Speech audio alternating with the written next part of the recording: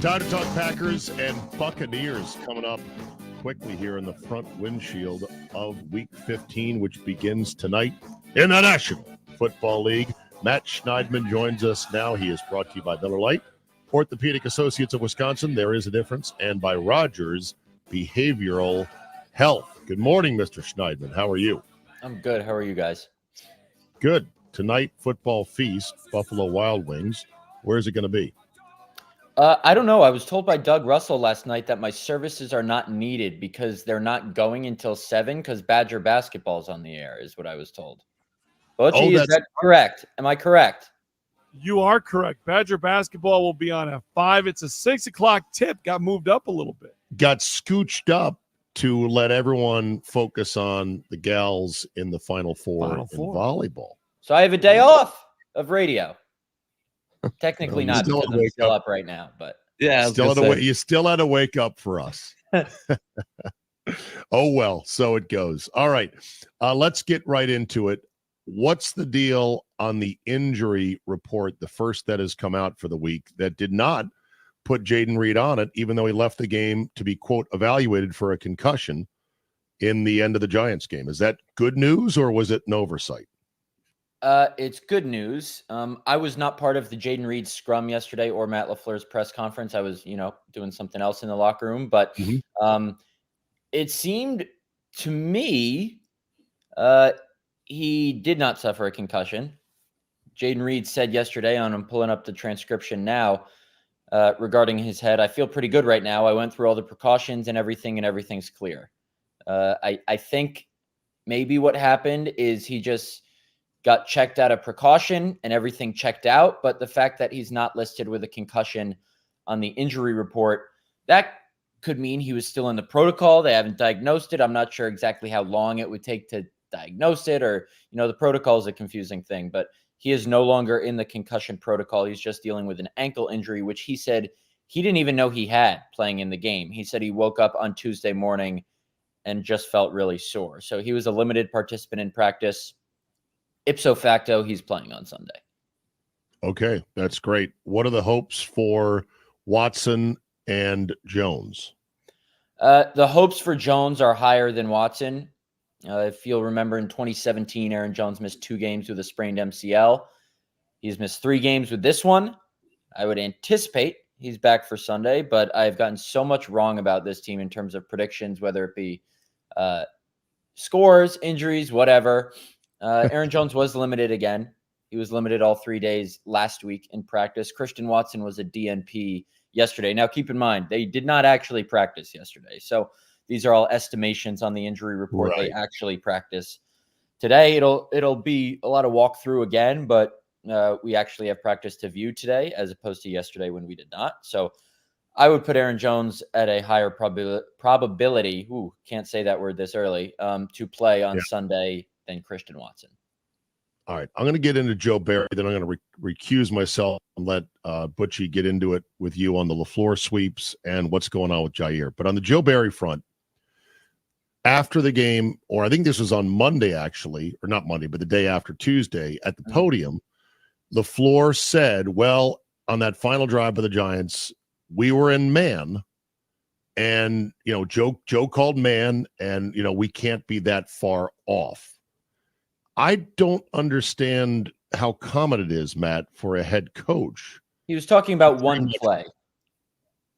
Oh, the third pass, the big pass. The one where he caught it on his knee almost, right? Yeah, so here's the thing. There is a lot from that game that we can get on Joe Barry for, and that's totally fine. He deserves plenty of blame for that game, as any defensive coordinator should if their defense plays that poorly. I mean, they gave up 209 rushing yards. They couldn't keep an undrafted rookie quarterback in the pocket when the rush lanes collapsed. They had no sacks against a team that had allowed 69 sacks through their first 12 games. But the last drive, I don't think, is where we should pick hairs regarding Joe Barry. And last week, I was showering him with praise because the number 9 scoring defense, I'm not sure what it is now. I'm not sure it changed much because they allowed 24 points. So people want me to, but I'm not going to sit here a week later and be like, oh, you should fire the guy after what I said last week. Matt LaFleur's gripe with the last drive was the third play in terms of play calling or pre-snap alignment. He said the first two plays were fine. Check downs for 5 and 7 yards. Obviously, you'd rather no yards or an incomplete pass, but you'll take a check down when you're playing that, keep everything in front defense. The third play, Joe Barry called man, as Matt LaFleur said, and I think it was Carrington Valentine, was, according to John Kuhn, 12 yards off Darius Slayton. Now, as Butchie said, Darius Slayton runs the hitch, catches it, 3 yards past the line of scrimmage on a knee, gets 6 yards after the catch because no one's even near him. 9 yards.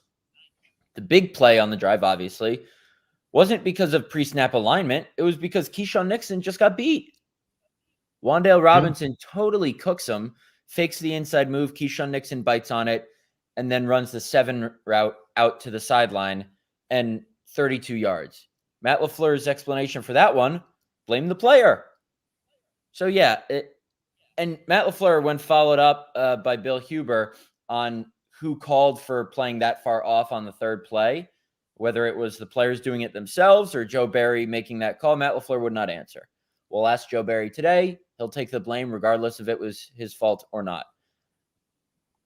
That third play, let's assume it was Joe's call. Yes. But to hang your hat on that, if you're a Joe Barry hater, and there are many, I think it's a little misguided. There's so much more that you can get on the defense for that game than a 9-yard play on the final drive that, preceded a much bigger play that was the player's fault. Exit question on Barry, then it's going to be Butchie to take over from here. Where would you characterize LaFleur's support for Joe Barry right now, if you had to guess? Solid as a rock, hanging by a thread, somewhere in between? Where is the support from the head coach for his D coordinator?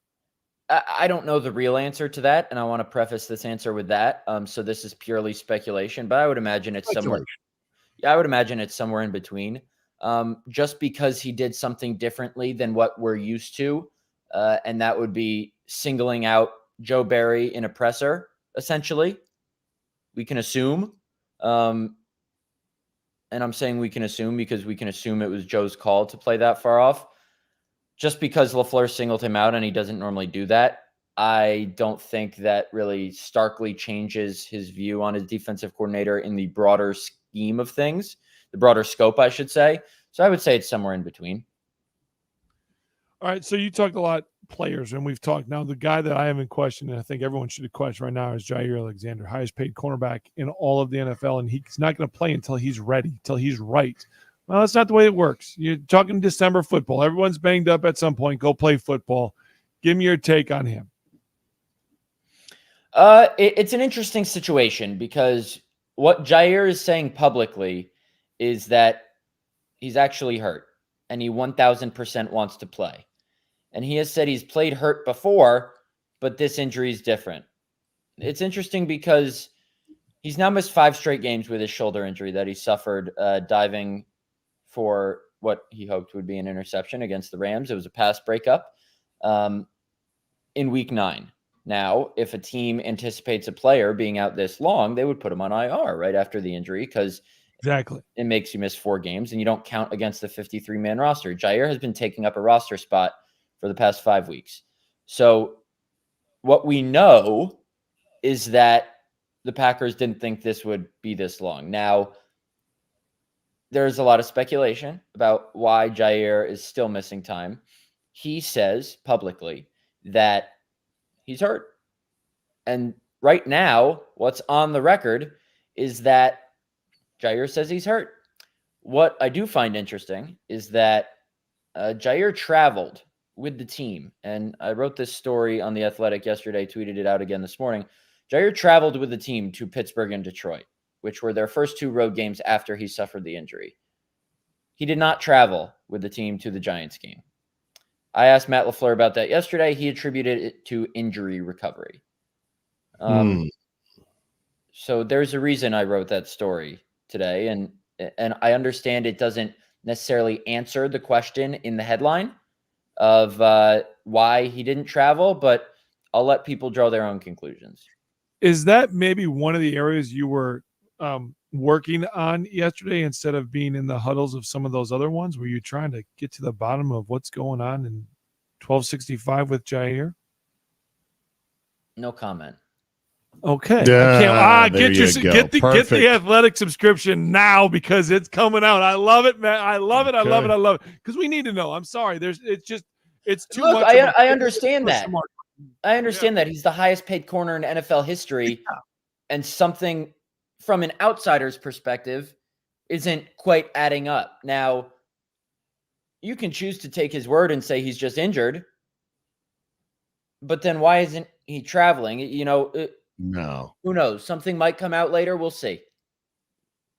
Yeah, something's going on, and it's unfortunate because they could use him right now for sure. Mm-hmm. Let's talk about all these jet sweeps and push passes and everything else. The explanation from LaFleur is that, there was a ton of them. A lot of them didn't work, but a lot of those are option plays, and maybe Jordan Love needs to be a bit pickier. What was your take on the preponderance of those sideways plays that went for 0 or negative yards? Yeah, listen, I'm no offensive play caller. I'm no, football genius. But it seems that the shelf life of those plays in any individual game is pretty short because the Giants started sniffing those out. It got 5 yards on the first play of the game. That's a successful run. It scored a touchdown. That's a successful run. Then the Giants started sniffing it out. Now, I understand the cliche term of it takes all 11 or 1/11th. That's true. So ideally, every play would score a touchdown if everyone's doing their 1/11th. The Giants sniffed out a couple toward the end of regulation, second half, whatever it may be. Then they run it on the 2-point conversion. And John has made the point, John Kuhn, that if you're that close to the goal line in an absolutely need it situation and you're running sideways for that long, probably not the best case. Now, Matt LaFleur did mention that 2 guys missed blocks at the point of attack, and he thought if they hit those blocks, Jaden Reed walks in untouched. John watched the playback while we were recording Brick and the Stick yesterday, which you can find on Spotify now or the iHeart app. He said it was Malik Heath and Elton Jenkins that it looked like who missed those blocks. So hindsight being 2020, it's why are you running that play? The Giants sniffed it out before. It's predictable. Gadget plays don't work, when you run them that much, which was my take, which is, I think, a fair take to have. But also, guys got to make their blocks in crucial situations. Yeah. All right. Very good. Mr. Schneidman, as always, a pleasure. And enjoy your night off tonight from the feast. I'll try. Thanks, guys. All right. We'll send some wings to your house. As Omar